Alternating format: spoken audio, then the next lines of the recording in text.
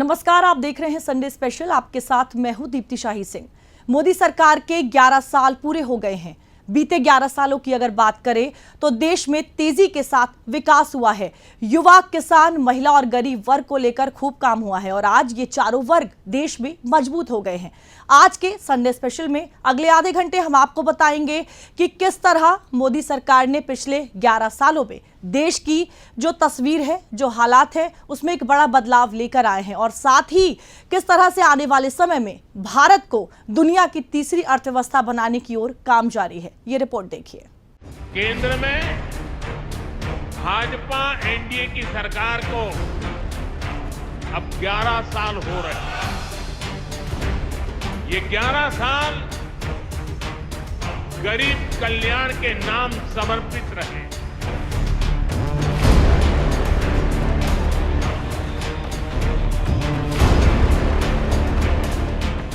वक्त बदलता है, बस बदलने की कुव्वत होनी चाहिए। शर्त सिर्फ इतनी है कि नियत और नीति सही होनी चाहिए। 10-11 साल भारत हर सेक्टर में बदला, हर क्षेत्र में आगे बढ़ा और एक बड़ा बदलाव सोच का आया। सही नियत और नीति का तालमेल सही बैठता है तो नतीजे भी दिखते हैं, सपने हकीकत में बदलते हैं और ये बदलाव ही विकास की मंजिल ढूंढते हैं। मोदी सरकार के पिछले 11 सालों में भी यही हुआ है। ये मेरे दलित भाई बहन है, ये मेरे आदिवासी भाई बहन है, ये मेरे पिछड़े भाई बहन है, ये पहाड़ों पर गुजारा करने वाले, ये जंगलों में बसने वाले, झुग्गी झोपड़ी में जिंदगी पूरी करने वाले, ये वो परिवार है जिनके लिए मोदी ने अपने 11 साल खपा दिए। ये 11 साल कैसे बीते, इसका अंदाजा लगाने के लिए ये समझना जरूरी है कि इन 11 सालों में देश कितना बदला, कितनी तरक्की हुई, कितनी अर्थव्यवस्था बढ़ी, कितना काम हुआ और कितनों को रोजगार मिला। काम कठिन था, डगर डगमग थी, पर हौसला था, करना तो है ही। सधी आवाज में जब देश ने पहली बार नरेंद्र मोदी की प्रधानमंत्री की शपथ लेते आवाज सुनी तो देश को एक भरोसा था, एक विश्वास हुआ कि अब देश बदलेगा और ये बदलाव आम जीवन पर भी पड़ेगा। और हुआ भी वही। पीएम मोदी ने 2014 के बाद से योजनाओं और फैसले दोनों पर काम किया। इसका नतीजा ये हुआ कि भारत का गरीब और मध्यम वर्ग मजबूत हुआ। केंद्र सरकार का प्रयास है कि गरीबों को, नए मध्यम वर्ग को ज्यादा से ज्यादा ताकत दे। 1 रैंक 1 पेंशन हो, 12 लाख रुपए तक की सैलरी को टैक्स फ्री करना हो, घर खरीदने के लिए आर्थिक सहायता देना हो, सस्ती हवाई यात्रा के लिए मदद देनी हो, हर तरह से सरकार गरीब और मध्यम वर्ग के साथ कंधे से कंधा मिलाकर चल रही है। अक्सर सत्ता में बैठी हुई पार्टियां योजनाएं तो धड़ाधड़ बनाती रहती हैं, पर फैसले लेने में पीछे रह जाती थीं। पर मोदी सरकार ने इन 11 सालों में योजनाओं और फैसलों का जो तालमेल बिठाया, देश ही नहीं पूरी दुनिया देखती रह गई। तो चलिए मोदी सरकार के 11 साल पूरे होने पर 11 सबसे बड़ी योजनाओं, 11 बड़े फैसलों पर नजर डालते हैं। पहला, आर्टिकल 370। दूसरा, 3 तलाक के खिलाफ कानून। तीसरा, राम मंदिर निर्माण। चौथा, वक्फ कानून। पांचवा, विश्व योग दिवस। छठा, नारी शक्ति कानून। सातवां, जाति जनगणना। आठवां, नोटबंदी। 9वां, जीएसटी। 10वां, खोई हुई विरासत वापस लाना। 11वां, immigration and foreign bill. Modi सरकार के 11 सालों के ये वो ताबड़तोड़ फैसले हैं जिन्होंने हिंदुस्तान की तस्वीर बदल कर रख दी। किसी ने शायद 11 साल पहले ये सोचा भी नहीं होगा कि ऐसे फैसले भी हिंदुस्तान में लिए जाएंगे। वोट बैंक से हटकर केवल विकास के फैसले, दुनिया की आंख में आंख डालकर अपनी बात मनवाने की कुव्वत, दुश्मन को घर में घुसकर मारने का हौसला, इन 11 सालों में फैसलों का हिसाब तो बहुत लंबा है। पर इतना सोच लीजिए कि क्या कभी आपने सोचा था कि इस देश में राम मंदिर का मुद्दा कभी हल होगा? क्या 3 तलाक खत्म होगा? क्या जाति जनगणना होगी? क्या जम्मू कश्मीर से आर्टिकल 370 हटेगी? ये सोचा था। क्या हिंदुस्तान दुनिया की चौथी आर्थिक शक्ति बनेगा? ये सोचा था। या भारत के अपने 3 कानून होंगे? ऐसे न जाने कितने फैसले इन 11 सालों में लिए गए, जिन्होंने सदियों पुरानी एक ही ढर्रे में सियासत और सत्ता करने की परंपरा को ध्वस्त किया। और इसी बुनियाद पर मोदी सरकार के 11 साल में 11 योजनाएं भी लागू हुई, जो हिंदुस्तान के लोगों के लिए किसी वरदान से कम नहीं है। पहला, जनधन योजना। दूसरा, स्वच्छ भारत मिशन। तीसरा, आयुष्मान भारत योजना। चौथा, पीएम आवास योजना। पांचवा, पीएम गरीब कल्याण अन्न योजना। छठा, किसान सम्मान निधि। सातवां, मुद्रा योजना। आठवां, उज्ज्वला योजना। नौवां, जल जीवन मिशन। 10वां, सौभाग्य योजना। 11वां, स्टार्टअप इंडिया। मोदी सरकार की तरफ से लॉन्च की गई ये वो 11 बड़ी योजनाएं हैं, जिन्होंने भारत के कोने कोने तक लोगों के आम जीवन से जुड़ी समस्याओं को दूर किया है। आज भारत के करीबन हर कोने तक बिजली पहुंच चुकी है, पानी पहुंच रहा है, हर गरीब के पास रहने का खुद का पक्का घर हो गया है। यही तो है बदलता हुआ नया भारत। प्रधानमंत्री आवास योजना से 4 करोड़ गरीबों का पक्के घर का सपना पूरा हुआ। उज्ज्वला योजना से 10 करोड़ रसोइयों, उसमें धुएं का अंत हुआ है। हमारी बहनों को, बेटियों को उनकी सेहत की रक्षा हुई। आयुष्मान भारत योजना से 50 करोड़ गरीबों को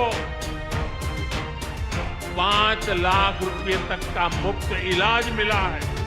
प्रधानमंत्री गरीब कल्याण अन्न योजना से हर थाली में भरपेट अनाज सुनिश्चित हुआ है। जनधन योजना से पहली बार 50 करोड़ से ज्यादा गरीबों के लिए बैंक का दरवाजा खुला है।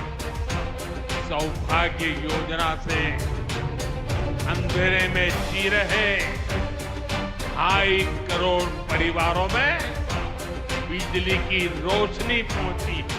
स्वच्छ भारत मिशन के तहत बने 12 करोड़ शौचालयों ने खुले में शौच की मजबूरी से मुक्ति दिलाई। जल जीवन मिशन से 12 करोड़ नए घरों में नल से जल पहुंचने लगा है। महिलाओं का जीवन आसान हुआ। पीएम किसान सम्मान निधि से 10 करोड़ छोटे किसानों को सीधी आर्थिक सहायता मिली है। 11 सालों की उपलब्धियों की संख्या हर एक दिन इबारत लिख रही थी। उसका असर देश के हर एक वर्ग पर पड़ रहा था। प्रति व्यक्ति आय भी बढ़ रही थी, जीवन स्तर लोगों का सुधर रहा था, पर सबसे बड़ा फोकस महिलाओं के जीवन पर पड़ा है। साल 2013-14 में भारत के प्रति व्यक्ति आय करीब 78,348 रुपए थी, जबकि 2025 में ये आंकड़ा 2.40 लाख रुपए पर पहुंच गया, जो पिछले 10 सालों में 3 गुना से भी ज्यादा बढ़ा। इसका मतलब साफ है कि लोगों के जीवन में योजनाओं ने बदलाव किया, रोजगार पर फोकस हुआ, विकास के नए द्वार खुले, सेक्टर दर सेक्टर बदलाव हुआ। देखिए, 11 वर्षों में जो योजनाएं शुरू की गई, जो विकास कार्य शुरू हुए, उनसे इंफ्रास्ट्रक्चर मजबूत हुआ और हमारे देश का जो विकास का ढांचा है उसे भी मजबूती हासिल हुई। गरीबी कल्याण, कृषि सुधार, महिला सशक्तिकरण, युवा रोजगार, राष्ट्रीय सुरक्षा, इन विषयों पर जो फोकस किया गया है उसी का नतीजा है कि एक ऐसा मॉडल दुनिया के सामने आया है समावेशी विकास का, जिसने सबको हैरान किया है। बदलाव की प्रक्रिया नीचे से शुरू की गई। दीनदयाल उपाध्याय का अंत्योदय का जो सपना है, उस सिद्धांत के अनुरूप ही गरीबों पर खासतौर से फोकस किया गया। पानी, खाद्यान्न मुफ्त में देना, शौचालय और तमाम जो बुनियादी सुविधाएं हैं, उनसे आत्मसम्मान, आत्मनिर्भरता बढ़ी है और अर्थव्यवस्था का जो ग्रोथ रेट है वो लगातार उम्मीदें जगाने वाला बना। इन योजनाओं का असर कभी बेअसर होता था, लेकिन मोदी सरकार ने इस परंपरा को बदला। योजनाओं को सिर्फ जुबान तक ही सीमित नहीं रखा, बल्कि धरातल पर काम में लाया, लोगों तक पहुंचाया और तभी जाकर लोगों की जिंदगी में बदलाव का दौर आया। मोदी सरकार की योजनाओं से क्या फायदा हुआ, ये आपको समझाते हैं। पीएम गरीब कल्याण अन्न योजना के तहत 81 करोड़ लोगों को मुफ्त अनाज मिला। 15 करोड़ से ज्यादा घरों में नल से जल कनेक्शन पहुंचा। पीएम आवास योजना के तहत 4 करोड़ से ज्यादा घरों का निर्माण हुआ। स्वच्छ भारत मिशन के तहत 12 करोड़ शौचालयों का निर्माण हुआ। पीएम स्वनिधि के माध्यम से 68 लाख रेहड़ी पटरी वालों को आर्थिक बल मिला। मुद्रा योजना से छोटे उद्यमियों को 52.50 करोड़ से ज्यादा का लोन मिला। कोविड लॉकडाउन के दौरान 20 करोड़ महिलाओं के खाते में कैश ट्रांसफर हुए। स्टैंड अप इंडिया के तहत अनुसूचित जाति और अनुसूचित जनजाति के लाभार्थियों को 14,700 करोड़ रुपए से ज्यादा का लोन दिया गया। 2014 से एकलव्य आवासीय विद्यालयों की संख्या में 4 गुना से ज्यादा बढ़ोतरी हुई। 112 आकांक्षी जिले विकास के मापदंडों पर औसत से ज्यादा बढ़े। ये आंकड़े गवाह है कि मोदी सरकार न सिर्फ गरीबों के लिए बड़ा बोलती है, बल्कि सोचती भी है और उन्हें लागू भी करती है।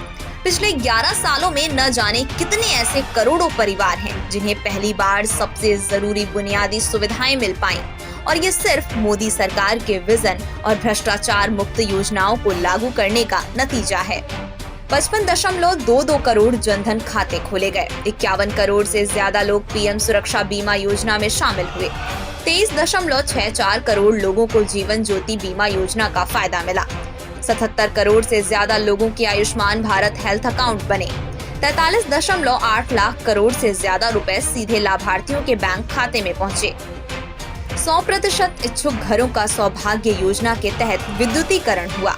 10.33 करोड़ से ज्यादा उज्ज्वला योजना से एलपीजी कनेक्शन हुए।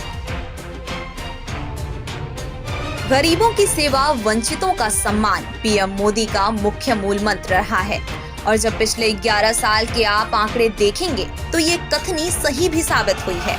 मोदी सरकार ने 2014 में आने के बाद जितनी भी योजनाएं लागू की, उनमें वंचितों की सेवा को सबसे पहले रखा।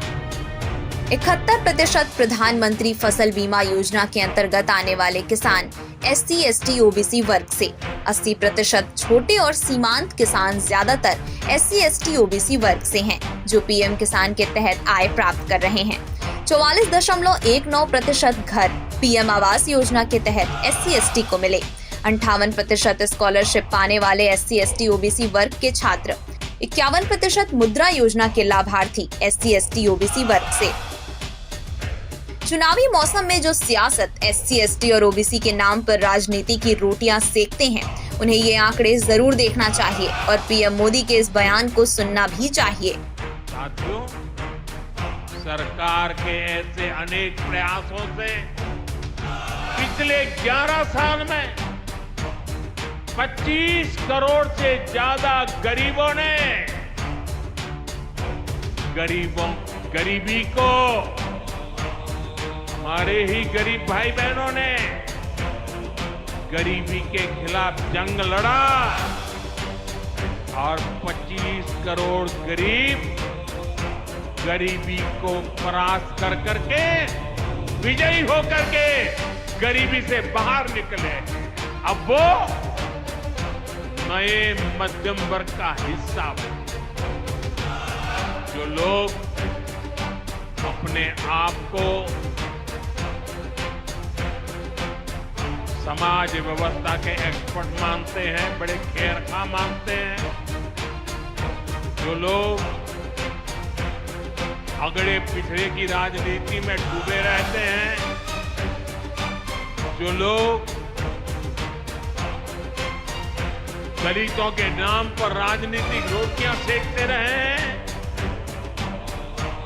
जरा जिन योजनाओं का मैंने सिर्फ उल्लेख किया है, उसकी तरफ नजर कर लीजिए। कौन लोग हैं जिनको ये सुविधाएं मिली हैं? वो कौन लोग हैं जो आजादी के 7 दशक तक इन प्राथमिक सुविधाओं से वंचित रहे थे?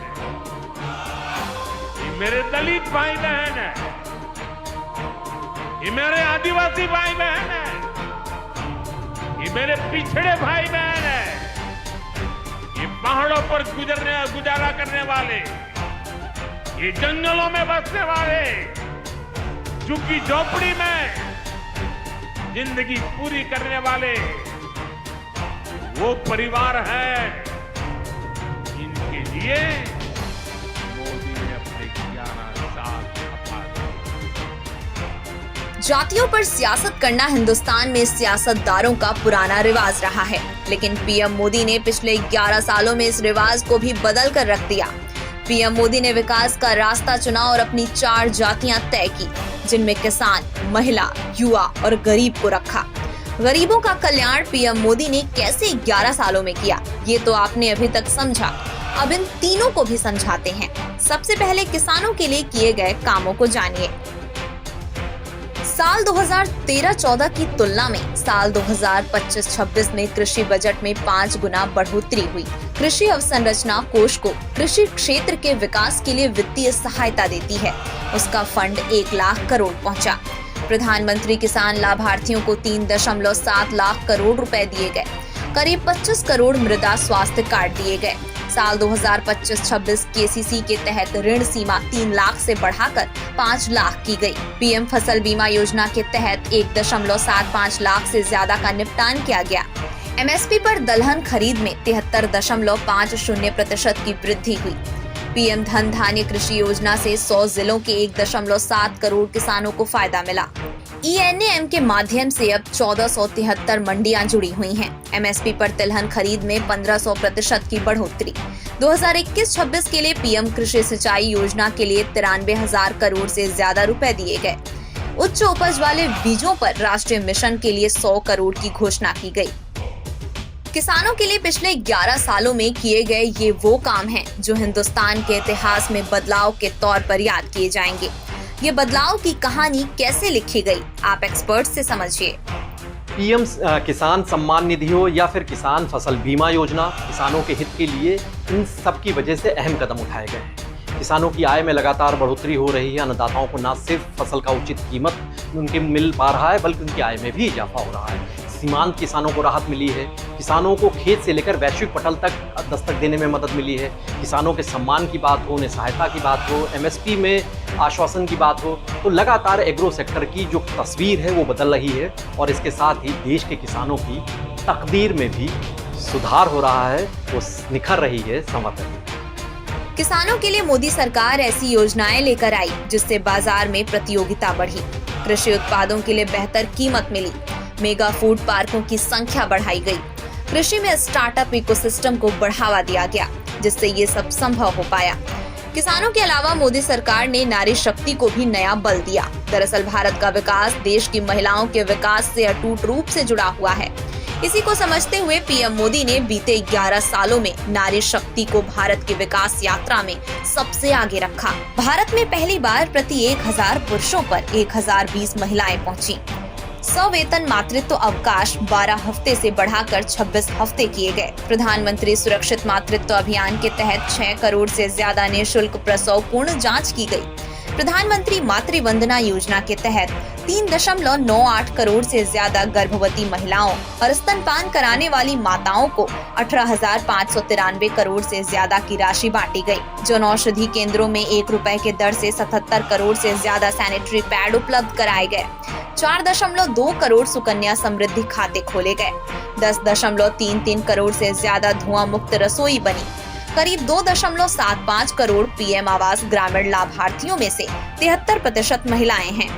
10 करोड़ महिलाओं को 90 लाख से ज्यादा स्वयं सहायता समूह SHG से संगठित किया गया। महिलाओं को 14.72 लाख करोड़ के 35.38 करोड़ 68% मुद्रा ऋण दिए गए। 2023 में मातृ मृत्यु दर घटकर 80 हो गई है। 3 करोड़ महिलाओं को लखपति दीदी बनाने का संकल्प। महिलाओं के लिए किए गए कामों की लिस्ट तो वैसे और भी बहुत लंबी है, लेकिन फिर ये कुछ ऐसे जरूरी काम थे जिन्होंने महिलाओं की भागीदारी को देश के विकास में सुनिश्चित किया है, और यही विकास पीएम मोदी की सफलता का कारण भी है। चुनाव में महिलाओं का सबसे ज्यादा वोट बीजेपी को ही जाता है।